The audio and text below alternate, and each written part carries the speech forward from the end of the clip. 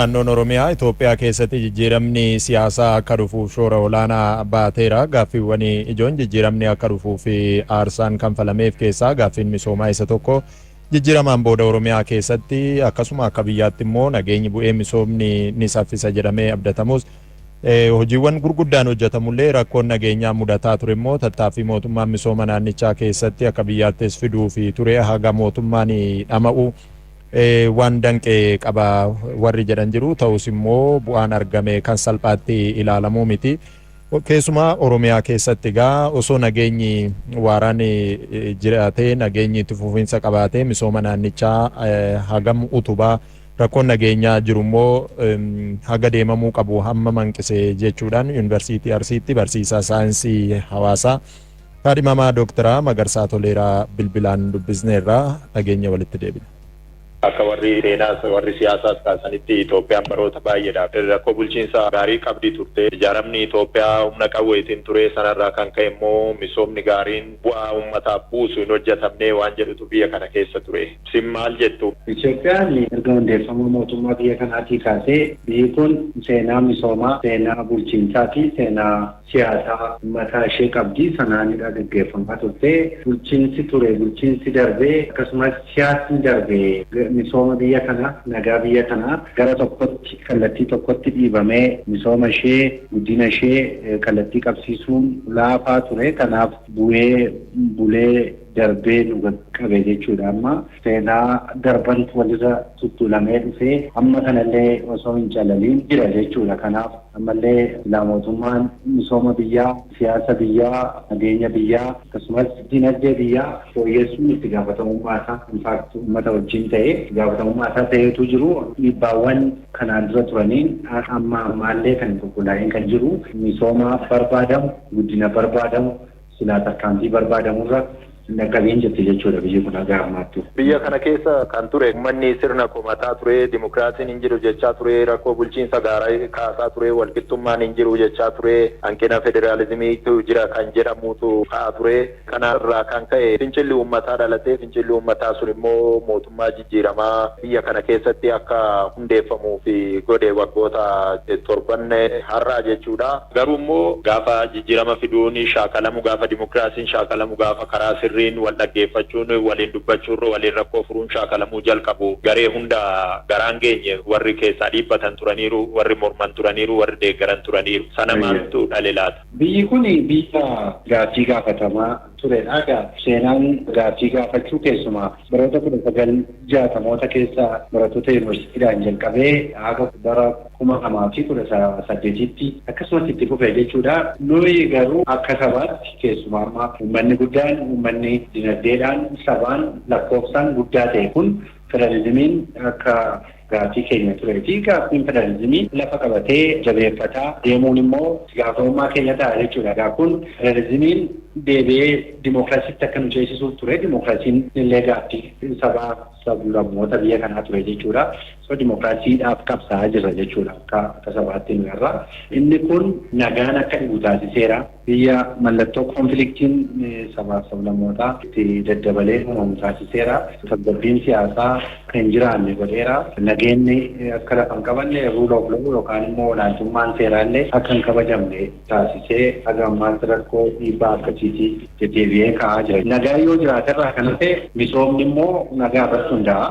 Guddinni nagaa irratti hundaa'a. Infraastiraakchariin barnoonni hiyyummaa keessaa bahuun investimentiin nageenya irratti hundaa'a. Bakka nageenya hin jirretti warreen kun lafa qabachuu hin danda'ani. Nagaa dursuun nagaa irratti hojjechuun ni dursa jechuudha. Dinagdee, investimentii, misooma barnootaa fi fayyaa kamiinuu dursee argamuu qaba jedhee yaada. Jijjiirama gaafa jedhamu biyya tokko keessatti gama siyaasaatiin, gama diinagdeetiin, gama barnootaatiin waan federaalizimii amma kana kaastan walqixxummaadhaan waan wal qabatu ija kallattii garaagaraatiin kan sillaaltanii gufuudhuma baay'ee keessa taa'amee, mormii baay'ee keessa taa'amee, nageenyi dhibuu garaagaraa keessa taa'amee hojiiwwan akka Itoophiyaatti akka Oromiyaatti hojjetamanii maaltu gaariidha, maaltu immoo hanqata jedhu. Egaa nageenyi bu'uura jedheera.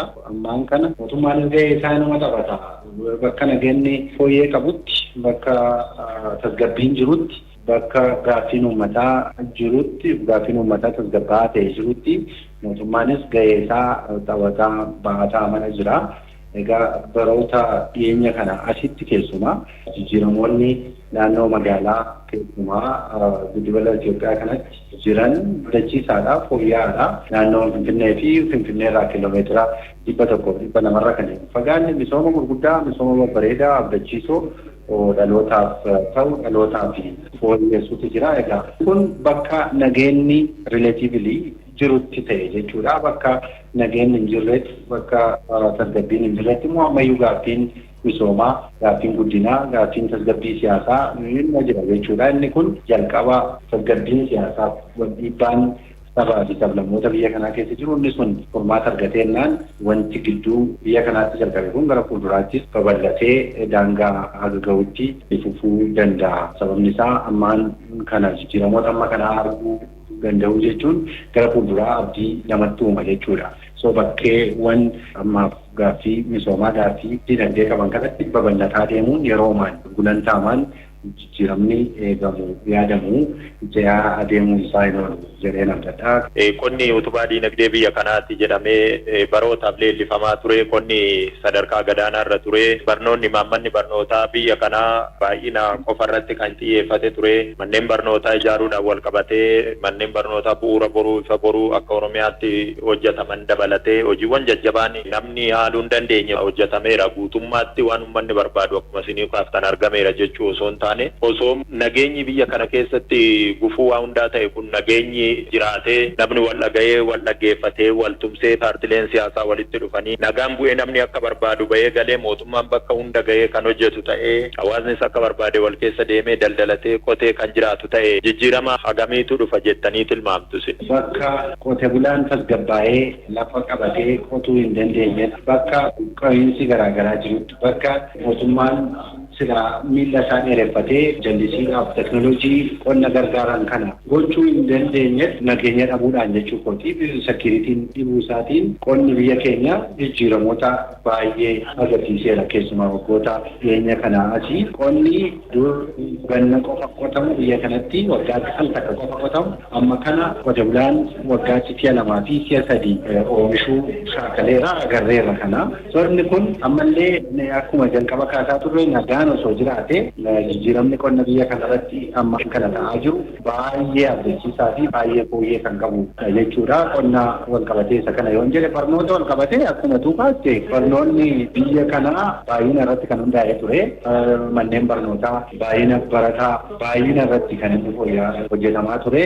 Garuu dhiyeenya kanaas keessumaa waggaa 2 fi waggaa 3 artiistii kwalitiin barnootaa fooyya'insi barnootaa waggoota 2 fi 3 dura keenya darban kanatti jijjiirama guddaa agarreerra. Babal'ina qofa osoo hin ta'in fooyya'ina cimina namoota biyya kana gara fuula duraatti eegsisan irratti hojjetamaa jiraachuun isaa namni barbaachisu qofa namni fooyyee qabu qofa namni biyya kana gara administreeshiniidhaan yookaan gara bulchiinsaa gara siyaasaadhaan biyya kana gara fuulduraatti oofuu danda'u qofti gara mana barumsaa olaanaa baraga'ee akka baratee biyya kanaaf abdii ta'u biyya kanaa misoomsuuf hojjetamaa jira. Inni kunis abdii uumeera jechuudha waggoota 2-3 darban kana keessatti. Egaa otoo akkuma ammallee jalqaba kaasne tasgabbii stabiliitiin biyya kana jiraate fayyaa haa ta'u barnoota qonnaa haa ta'u dinagdeen kamiyyuu fooyya'insa amma jalqabeen fooyya'aa adeemuusaa mallattoo garaagaraatu agarsiisa.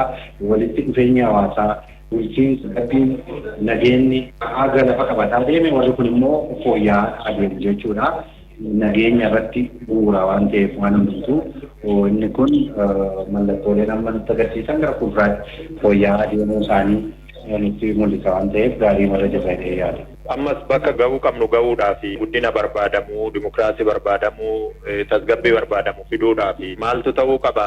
Eenyumarraa maaltu eegama? Keessumaa wal dhaggeeffachuun wal qabatee karaa nagaadhaan mariidhaan rakkoo jiru furuudhaan wal qabatee maaltu godhamuu qaba jettu maallaan? Tokko nagaan alduree waan nu amma haasofne kun hundi nagaan jiraachuudha. Nagaan akka haldureetti lafa qabachuu danda'uu qaba. Inni biraan poteenshaalii biyyi kun misoomaaf qabdu guddinaaf qabdu qonna irratti kan inni bu'uureffatu gara caalaa qonni keenya akkasuma mootummaan deeggarsi kamiyyuu qonna kan bu'uureffatee fi jijjiirama qonnaa kan gara fuulduraatti oofu ta'uu danda'u qaba. Inni sun jechuun maal jechuu kooti poolisiiwwan akkasumas qajeeltowwan mootummaa biraa ba'an gara caalu kallattiidhaan nagaa kan buusanii fi nagaa kan ijaaranii fi akkasumas qonna keenyarra jijjiirama kan fidan dhiibbaa kan uuman dhiibbaa poozitiiva ta'e jechuu kooti lafa qabataa osoo deemanii akkasumallee deeggarsi kamiyyuu international supportiin kamiyyuu nagaa buusuu fi qonna keenya because biyyi keenya qonna irratti waan hundootu isaan kanarratti ammoo hojjetamaa deema biyyi keenya gara fuulduraa tarkaanfachuun kan ishee bal'inaan tarkaanfataa deemti yookaan guddinaan tarkaanfattee yaada. Galatooma yeroo si waamnetti waattanii dhimma biyyaa dhimma uummataa irratti ogummaa keessaniin nuufii tokko malee yeroo hundumaa yaada nuuf kennitaniif ulfaadhaa galanni keenya guddaadha maqaa OBN. Innis waan naaf keessaniif ulfaadhaa galatooma.